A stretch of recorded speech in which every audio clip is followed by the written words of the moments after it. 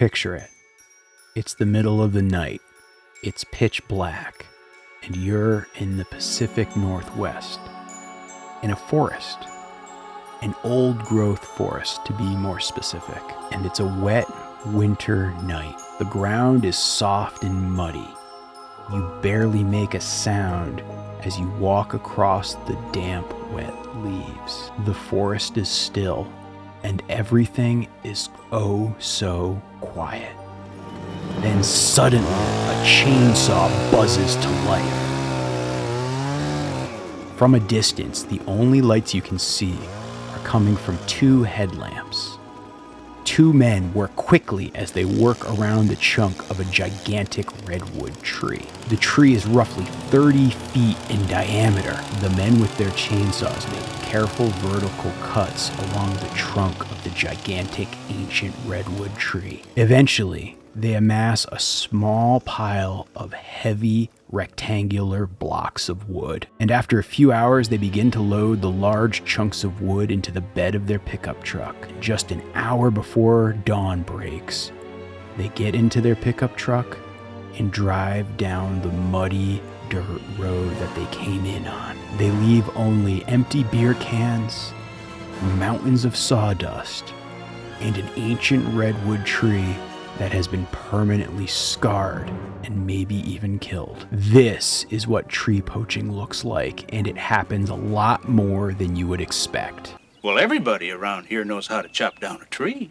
So tree poaching, for those who aren't familiar, is the illegal act of cutting down trees that are not yours, whether they be on private land or government land, and taking them away and often selling them on the black market. And while on its surface, tree poaching seems to be a crime driven by economic motivation, when you look a little bit deeper, you'll see that tree poaching is a reflection of both economic hardship and societal change.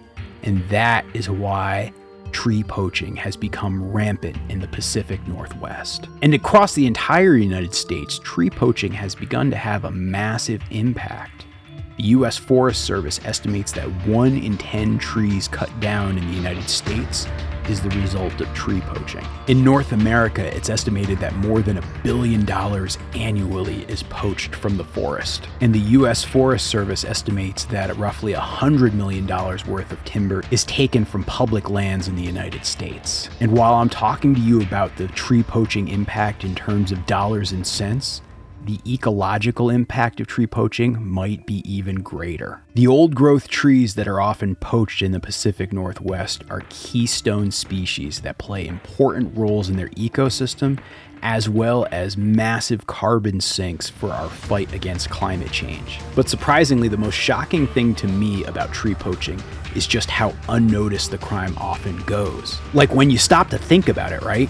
What does it take to actually steal a tree? Like, what does somebody have to do to be able to take a massive ancient tree, steal it, and then fence it or sell it on the black market? We're not talking about criminals here who are just rolling into Home Depot and trying to return a load of lumber like it was some stolen Tide Pods from the grocery store. Really, bro? You gotta resort to this? Economy's not that bad. What does it take to steal a tree?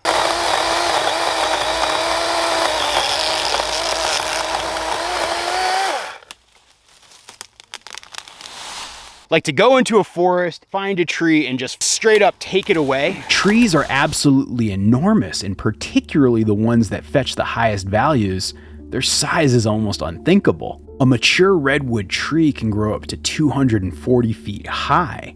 That's taller than a 20-story apartment building. It dwarfs a 20-story apartment building. And here in North America, tree poaching continues to be on the rise. During the economic downturn of 2008, Redwoods National Park reported a significant spike in tree poaching activity, and particularly when we saw lumber prices skyrocket in 2020 as a result of the pandemic, those timber poaching cases spiked even further. But why would somebody do this? Why would somebody take a massive living organism like a redwood tree that could be over 2,000 years old and hack it apart just for some extra cash?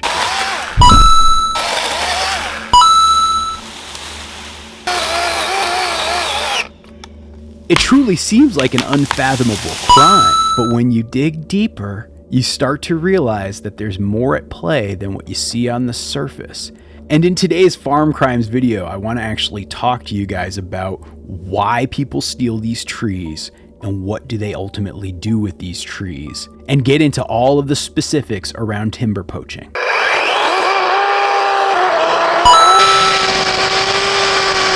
As far as agricultural crimes go, timber poaching is pretty gosh darn egregious. For us here in North America, those large old-growth trees are like the equivalent of cathedrals in Europe. They are our closest existing link to the past. And while that connection to history might seem important, arguably even more important ecologically is the role of the old-growth trees and what they do for our ecosystems, particularly in the Pacific Northwest. Redwood forests hold more carbon per acre than any other place on planet Earth. That means if we have any hope of trying to fight climate change and sequester carbon, we're going to need those old growth trees holding in that carbon. And beyond the carbon sequestration impact, old growth trees play an important role supporting an entire ecosystem, with animal and plant life depending on those large old growth trees to serve as the backbone of the place that they live.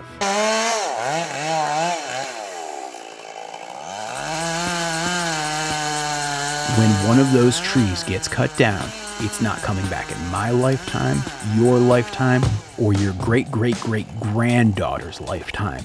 It will be essentially irreplaceable. And so when you think about that timber poaching, that is why it's such an unforgivable crime. The theft and desecration of the American redwood in particular is like the North American equivalent of the rhino horns of Africa. And again, why would somebody do this? There must be less horrific ways to make a quick buck. But honestly, if you look back on human history, timber poaching has always reared its ugly head when the haves take too much from the have-nots. So the culprit was capitalism all along. For example, if you go back into old medieval England and look back, say in the time of Robin Hood, what you're going to find is that when the kings and lords took possession of the forests and they didn't leave the common folk with enough space or resources to live, those common folk rebelled and they ended up stealing the trees. In fact, some historians will tell you that Robin Hood wasn't so much a bandit as he was a timber poacher. And when you look at what's happening in the Pacific Northwest and the timber poaching that's going on, it's hard not to see some of those parallels happening today. In this heroic landscape was created a new kind of American hero, the lumberjack. Giants among men who cut the forest down to size. As European settlers came to North America, always on the edge of the frontier, there were timber towns. Little villages and towns that sprung up with the main industry being logging and milling the wood and trees that were around them. It started up in New England and down in Virginia and pushed westward from there, cutting through the Midwest, out past the Rockies, until finally settling up in the Pacific Northwest, where that region became the last frontier of the lumberjack. And those lumberjack communities had such a rich heritage and tradition. Being a lumberjack wasn't just a job, it became a cultural identity. With my double blade axe and my hobnail boots, I go where the timber's tall. Even to this day, if you walk into a hipster bar somewhere in Brooklyn, you're gonna see dudes with burly beards and buffalo check flannel shirts all dressed like lumberjacks. I bought this axe for an Instagram shoot. Hashtag beard game strong. Even if they do work during the day as a data analyst at an advertising agency. He's a lumberjack and he's okay. He sleeps all night and he works all day. And that right there is the direct result of the lumberjack culture of the 19th, 20th century here in the United States. Machinery and mass production have made most industries tame. But the only mass production in felling a tree is the massive muscle behind the two-bladed axe. Logging and timber were the primary economic drivers in the Pacific Northwest all the way up into the 1990s. And then everything changed. And why did everything change, you might ask? Well, say hello to my little friend.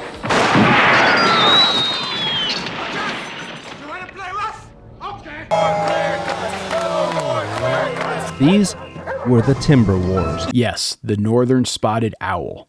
This little critter right here sparked an entire conflict known as the Timber Wars in the late 1980s and early 1990s. Is timber not put here for man's use? You are a hypocrite, buddy. And now, if you're somebody under the age of 40, you might be hearing that term Timber Wars and not even quite understanding what it is or what it means. So allow me to give you just a little bit of historical context. When your region is dependent on a single industry and their environmental concerns going all around, and environmentalists protest and they make all your economics depressed because you've been trying to save the stupid spotted owl, it's alright because I'm saved by the owl. Yeah, it's environmentalists and there were lumber groups and they were going at each other real bad. And it took some time before it all got settled by Bill Clinton having some sort of weird timber thing with Al Gore. Alright, because we're saved by the spotted owl. You see, starting back in like the late 70s and piling all the way through into the mid and late 90s, there was a battle going on in the Pacific Northwest between environmentalists and conservationists and the timber industry. You had these large timber conglomerates partnering up with the rural working class timber communities where they were based, going head to head with the ecologists and environmentalists and the protesters and all those hippy dippies out there. Yes, this was a true example of rural versus urban conflict, something that we see echoes and shadows of to this very day here in the United States. When you wonder why don't country folk like city folk, conflicts like the Timber Wars are perfect examples of why. Go back to Hatfield, where you belong. As environmentalism rose to its modern form in the 70s and 80s, more and more folks started to speak out and object to the cutting of old-growth trees. You know, traditionally, the U.S. Forest Service had looked at old-growth trees as essentially dead wood. They felt like really the value from trees was coming from new trees growing, and so they were allowing these old-growth trees to be cut readily through auction. The way it would work is a timber company would bid and get the rights to log a certain part of the national forest. They'd go in there and they'd clear cut the gosh darn thing and take all of the old growth timber, send that timber off to the mill, and then that would turn into the houses and homes and anything else that needed to be built all across America and all across the entire world. And just like any other crop, you're thinking about your life cycle of your crop and recycling and going from one to the next to the next to the next. And those old growth trees, which were slow growing and not rapidly growing like a younger tree, were seen as dead wood that should be cleared out as much as possible. But then in the 70s and 80s, there started to be a greater appreciation for the role that old growth forests could play. Scientists began to observe the important role that old growth trees played in their ecosystem, and nature lovers began to appreciate and admire their beauty in a much greater way. And so a shift started to happen, and it began happening with court cases and lawsuits in the 80s until environmentalists played the spotted owl card. 2 million acres in the Pacific Northwest for the spotted owl. When's the last time you walked into a pet shop and said, damn, you're out of owl? It's a damn bird.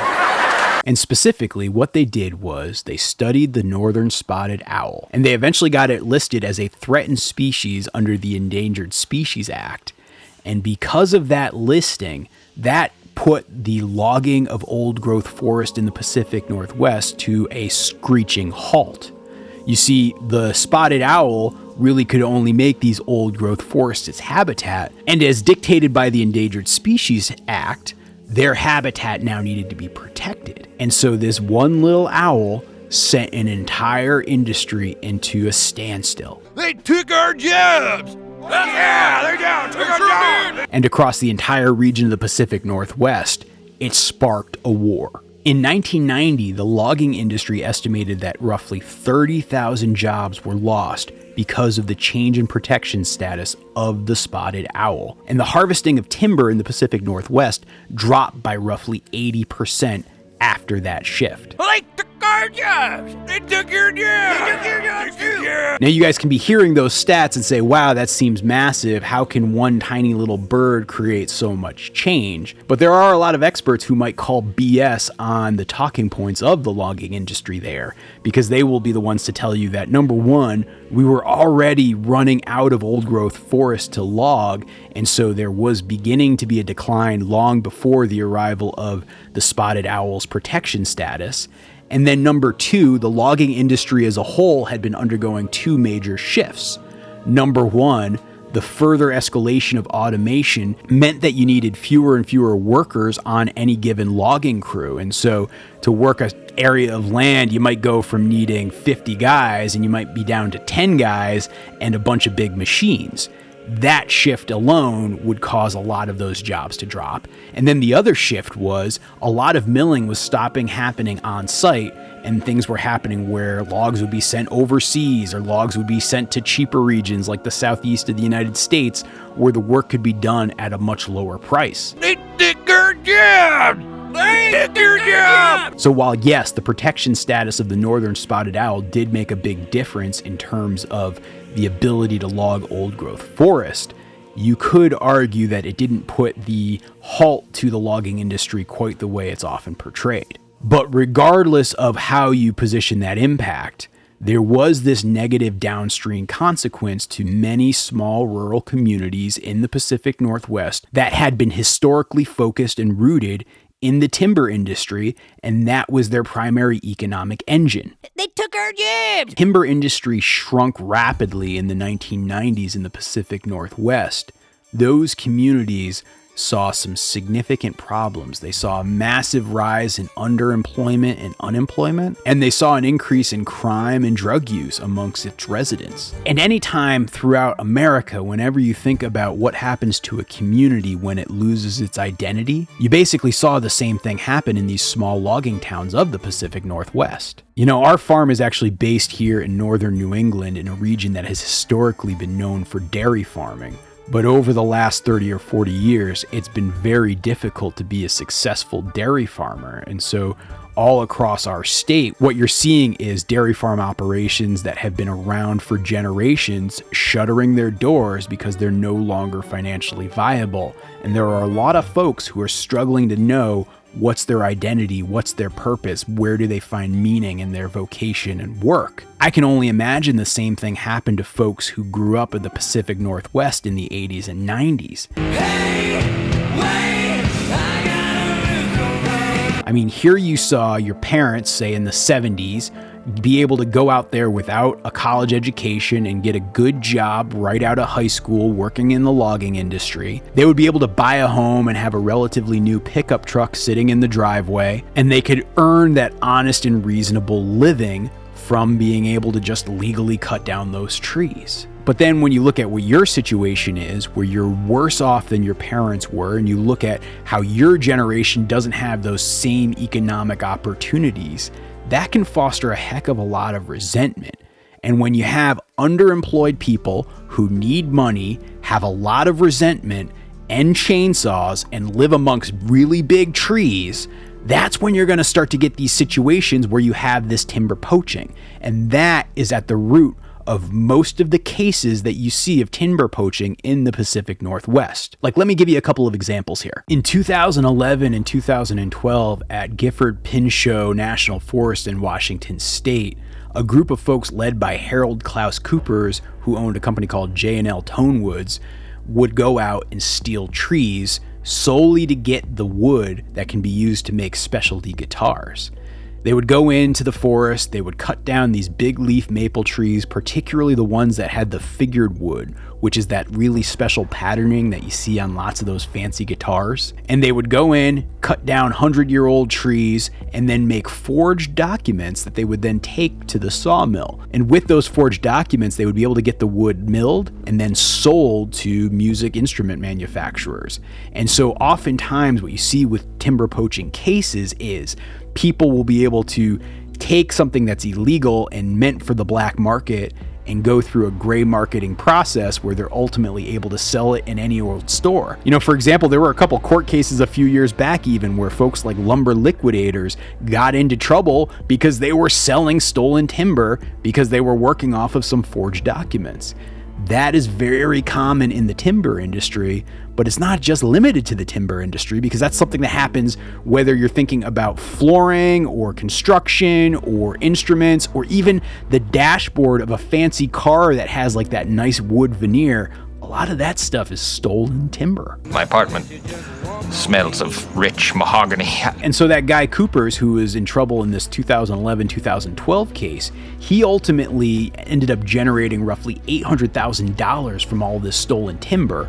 And in 2015, he ended up getting sentenced to 6 months in jail and had to pay fines north of $150,000. He also had a couple of other accomplices who were convicted and had to pay fines and do jail time as well.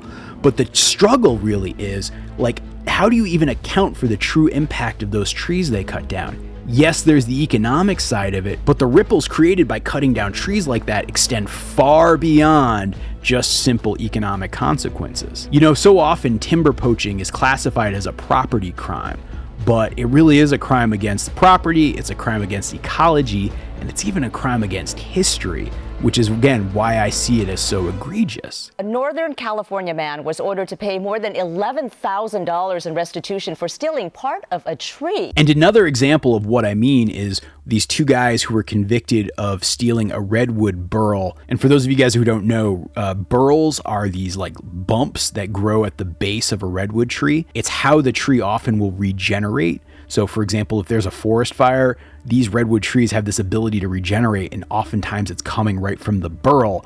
That burl wood is often the most valuable and prized wood out there. And so oftentimes when timber poachers are going in and cutting down redwood trees or cutting into redwood trees, they're usually poaching it for the burl wood. And how much of a redwood can survive without its burl is still up to question, because we know so little about these trees because they're so hard to study, because they grow so long and they grow so old.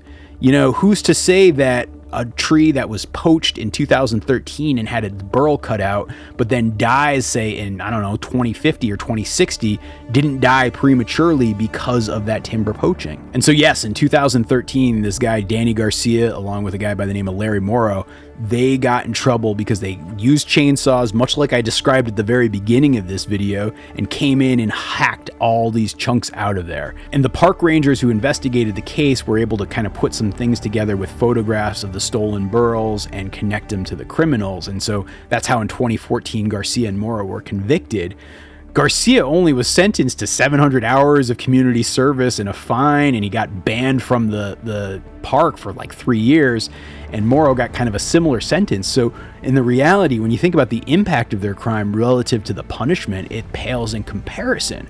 But Danny Garcia is a perfect example of a guy who came from a timber family, who had a background in a community that historically had been known for logging, but he himself had struggled with drugs and unemployment and the spotty employment options.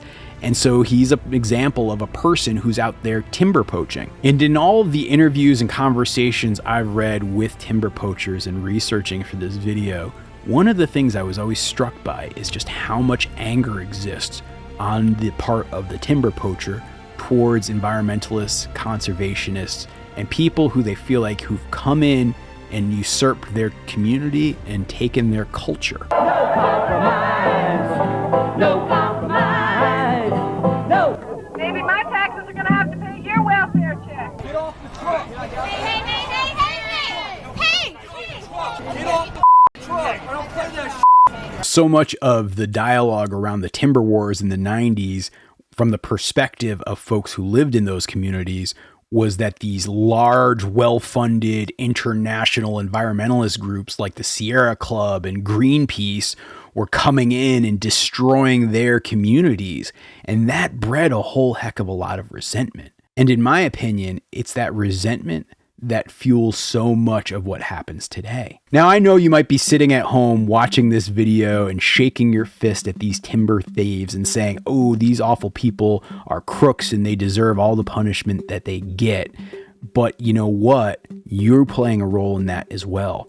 because you probably have your feet up right now in your living room on your fancy coffee table, and that fancy coffee table just might be made out of black market timber that was sold to a mill under forged documents and then processed and then made at the furniture shop that you bought your table from. Or maybe you happen to have a guitar down in the basement that's made from some of that fancy maple wood that some folks got convicted over stealing. And heck, you know that guy that you met on Facebook Marketplace or Craigslist who sold you the firewood that you have stocked down in your lumber shed for next winter?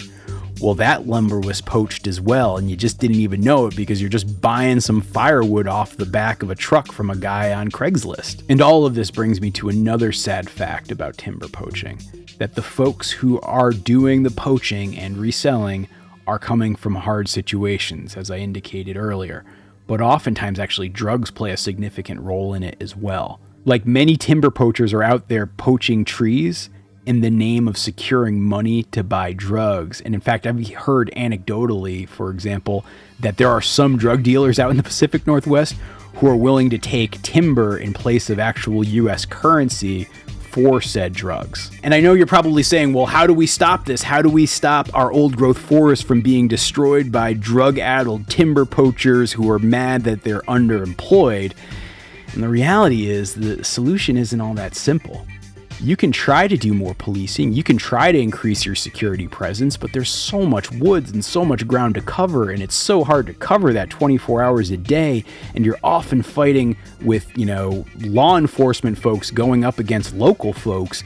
That's usually going to be a losing battle. And if you were really going to take a look at that deep-rooted cause of what's driving the timber poaching, it comes back to societal problems of underemployment and people not experiencing just transitions. Like, when you have an industry that crumbles, what do we do for the people who are impacted by that crumbling industry? How do we help them carry forward? How do we help them find an identity? How do we help them find livelihoods that can provide for their families?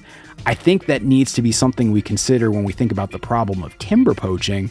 But it extends out to other things that we're seeing right now. Like when I personally look out and see that artificial intelligence unemployment tsunami that we're going to be facing in a few years, it has me personally looking at situations like timber poaching and wondering if there's any lessons to be learned from this. When major change happens, you need to think about the impact to the ecosystem. Whether that means somebody is cutting down 1,000-year-old redwood tree in a forest in the Pacific Northwest, or shifts in the human ecosystem in terms of where people are finding their employment, we need to be thinking about these things holistically and how all the dots connect, or we're going to be continuously faced with new types of problems like timber poaching. And with that, I hope you guys have enjoyed this latest episode of Farm Crimes. If you want to watch other farm crimes that we've covered here in the past, take a look at these videos, and I will be back again with another video really soon.